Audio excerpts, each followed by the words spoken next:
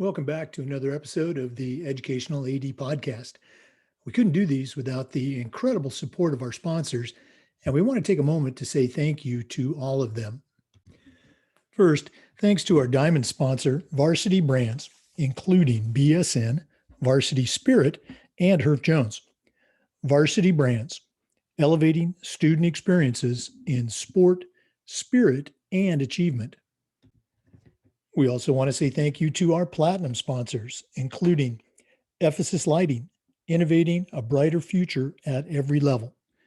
Gipper, sports graphics made incredibly simple. Camp Mobile, where leaders communicate better. Hometown Ticketing, simple and easy online ticketing. And Vital Signs, bring student achievements to life. Thanks to all of our great sponsors. Welcome back, everyone, to another episode of the Educational AD Podcast. Today, we're going international. We're visiting with Shannon Klassen.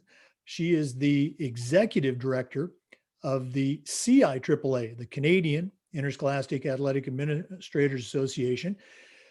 She works out of the British Columbia area, but she has a tremendous background as an athlete, as a coach, and as an administrator, and we're excited to have her. Shannon, thanks for being on the program. Thanks for having me. I'm excited to chat with you today.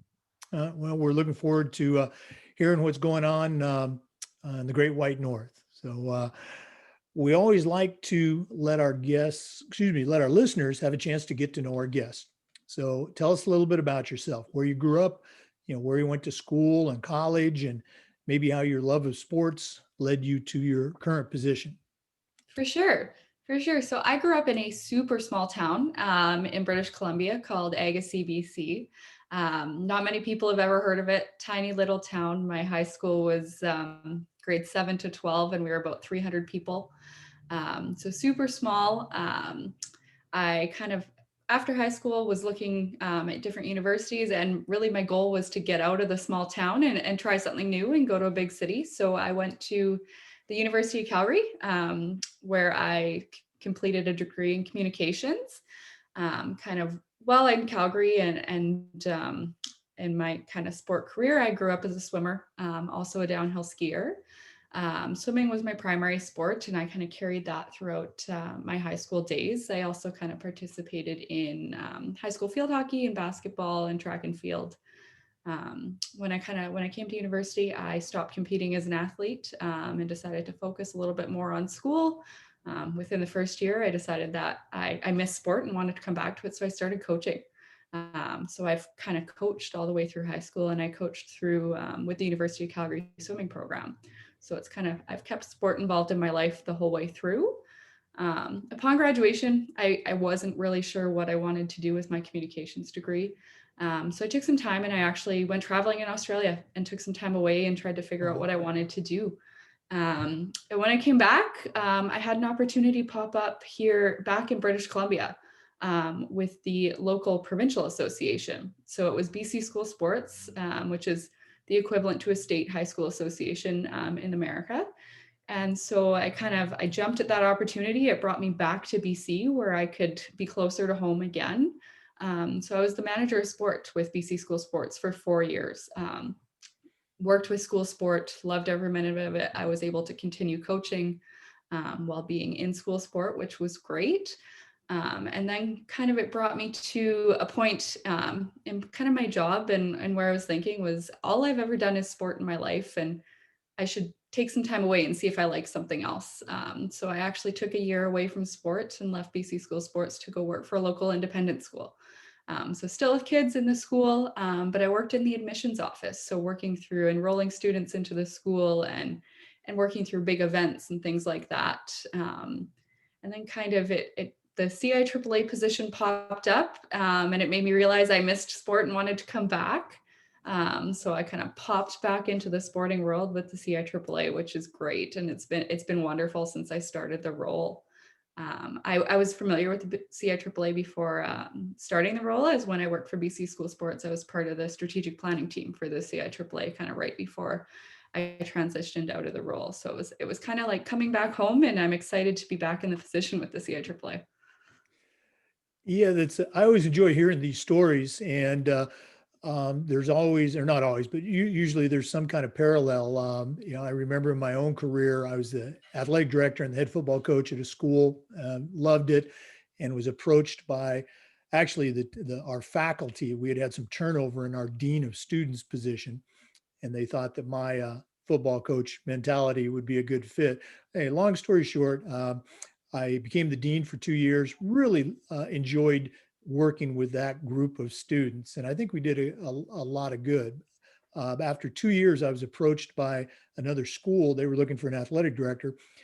And what I found was that I really liked being a dean, but I loved being an athletic director. And so sometimes you do have to step away to see where your heart really is. Exactly. I didn't think I knew what I was missing until I actually left, and it was clear I wanted to come back. So it was great to have the opportunity to do so. Oh, yeah, absolutely.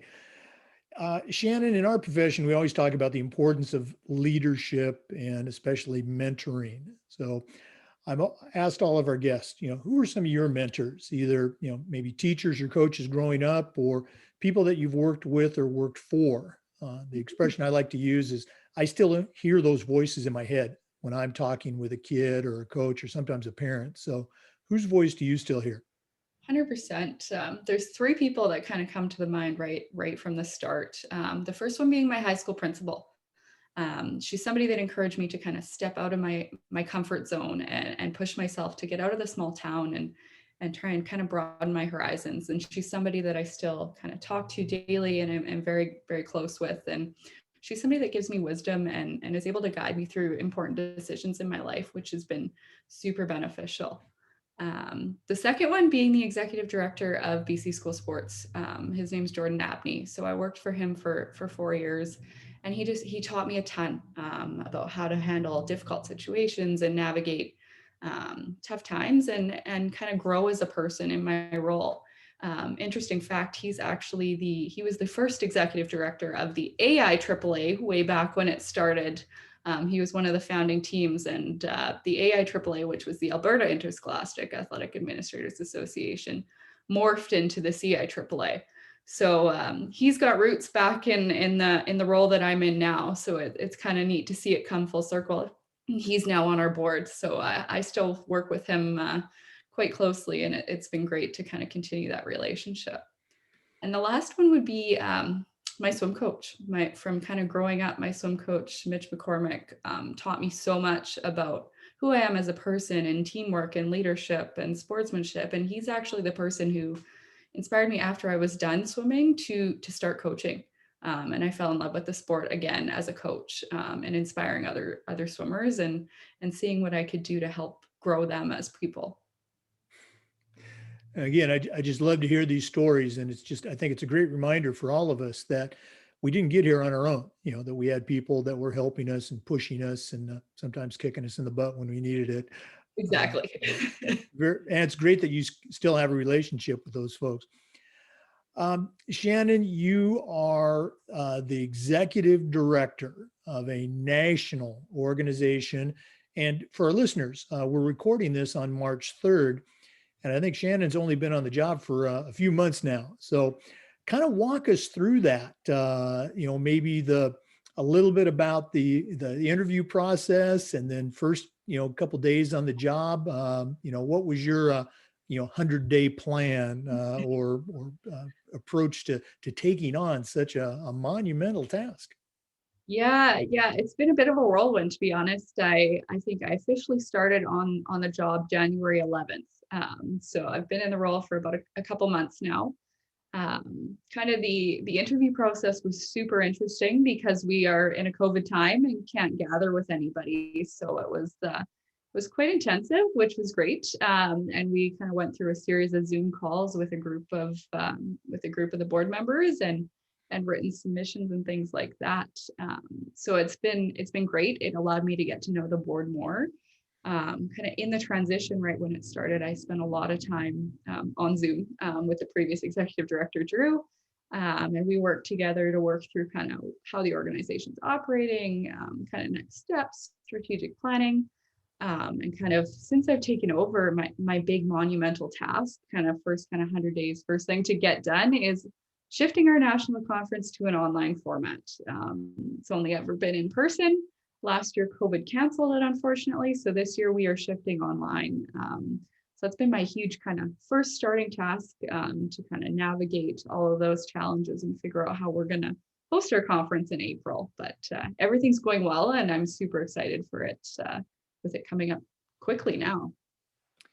Yeah, that's got to be exciting. I remember a year ago at this time, my position in Florida was the president-elect, and was my job to organize our state conference.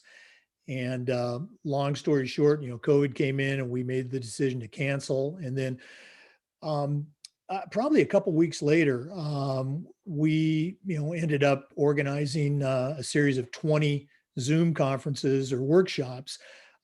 Just hey, can you present on this day? And it was very well received. I think we were probably one of the first to do that. So I know exactly what you're going through, and you have even more to do doing a full conference rather than just a series of workshops.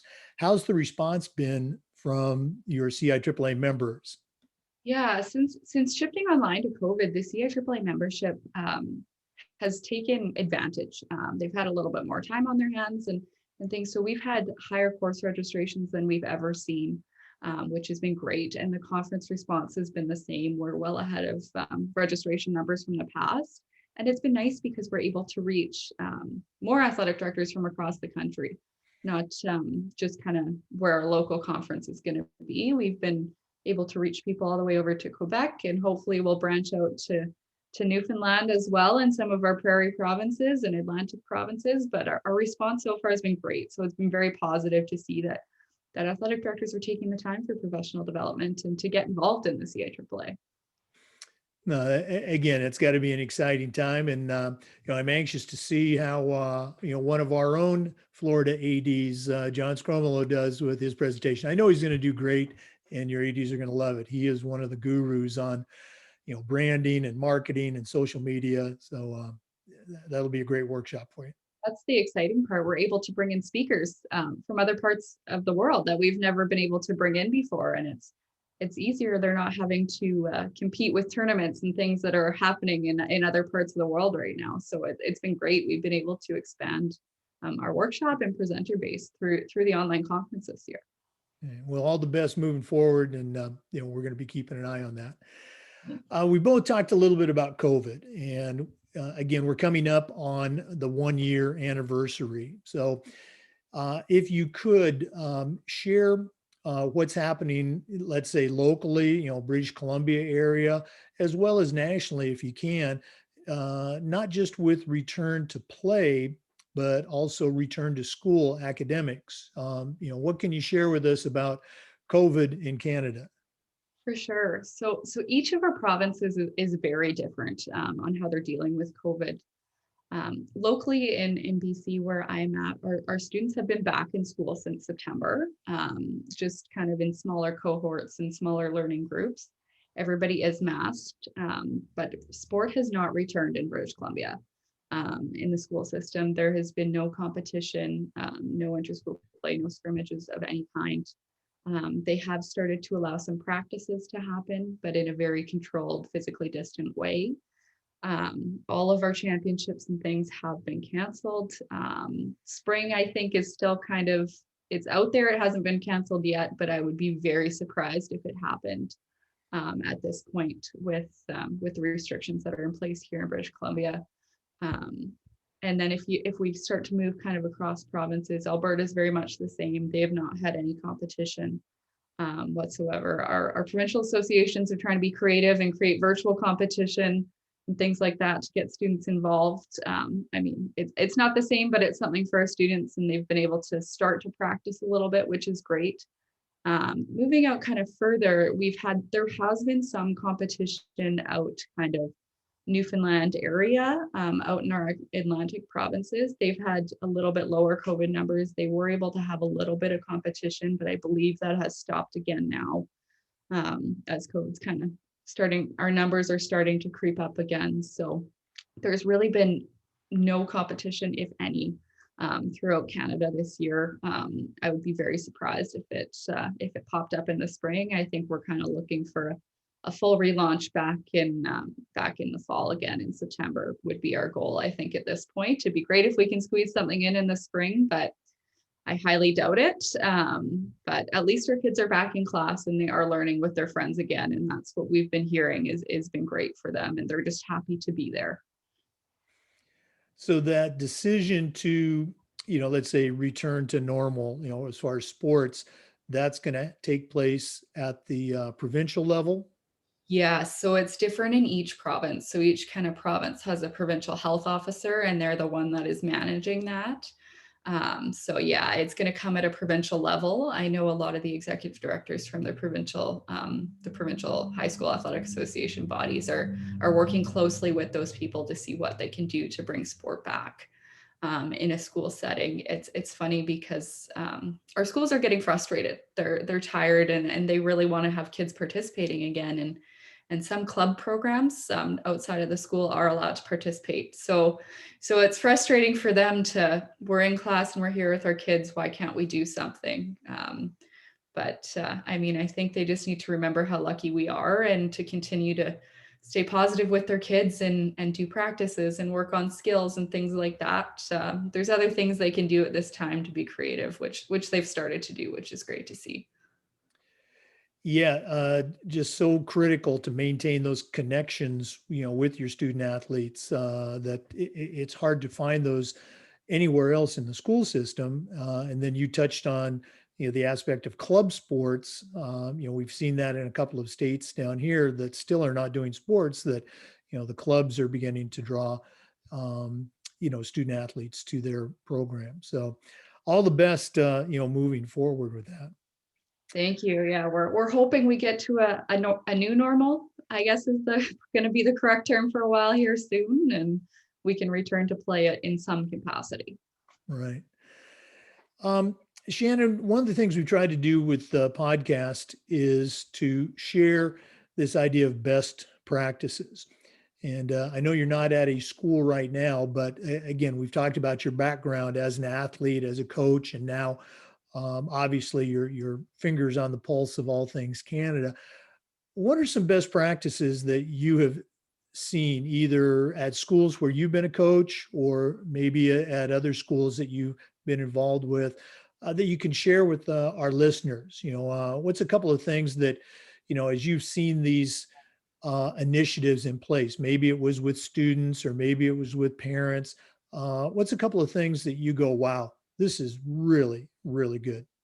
Yeah, for sure. I think probably the main thing that kind of opened my eyes and I thought it was kind of great was building the school community around their sports teams and around what's happening in the school. And it fosters this great sense of pride in the school and the sports team, and kind of the community around it supports the school sports team. So maybe whether it be a orange and blue day for the days that your teams are competing, and whether it be a pep rally leading up to it, and creating kind of a school community and culture that kind of helps the team through the season, and it creates a super positive and sporting environment for our students, and it teaches them all the kind of sportsmanship and resiliency. It teaches them how to interact with not just their teammates but other members of the school and the community who are out to support them.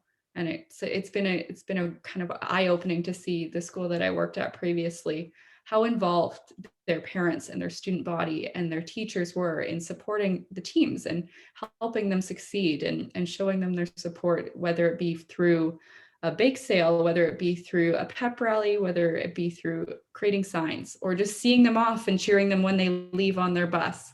I think creating that school community and culture and positivity around school sport has been great to see, and it really helps the school. It brings the school together, and it shows people who are not just on the sports teams how to become better people. So it's an educational tool, and it shows leadership within the school community. And I've seen that, and it's amazing how a school can kind of rally and come together and become a community. Oh yeah, absolutely. It just as you see that take place and grow and you nurture that, it's just incredible to watch. The impact that it does have on, as you mentioned, all those constituents. Your students, your teachers, the coaches, and the parents. Great stuff. Okay? Um, Shannon, I know you've only been on the job for a couple months, but I'm going to ask you, what's something that surprised you, maybe challenged you that you didn't expect? And then also, what are some of your favorite parts about being the executive director so far? Yeah, for sure. I think probably one of the biggest surprises coming into the role was how welcoming and supportive everybody was. I wasn't anticipating that. As soon as I came into the role, everybody wanted to chat and talk and discuss what's going on and how they can help the CIAAA and become involved. And it was really enlightening to know that I was not alone in this and that there was others out there to support me, and they wanted to know how they could help and help push the CIAAA forward, not just where we have member provinces, but across the whole country. So I was super excited. It made the transition into the role a lot easier knowing I had that support system out there, which was great. And it's been a good transition, and I was really happy to know that there was support and interest in the CIAAA for sure. Kind of my goals for the CIAAA moving forward, I would say, is trying to increase the number of courses and professional development opportunities we have for our athletic directors, and trying to find times that work for them.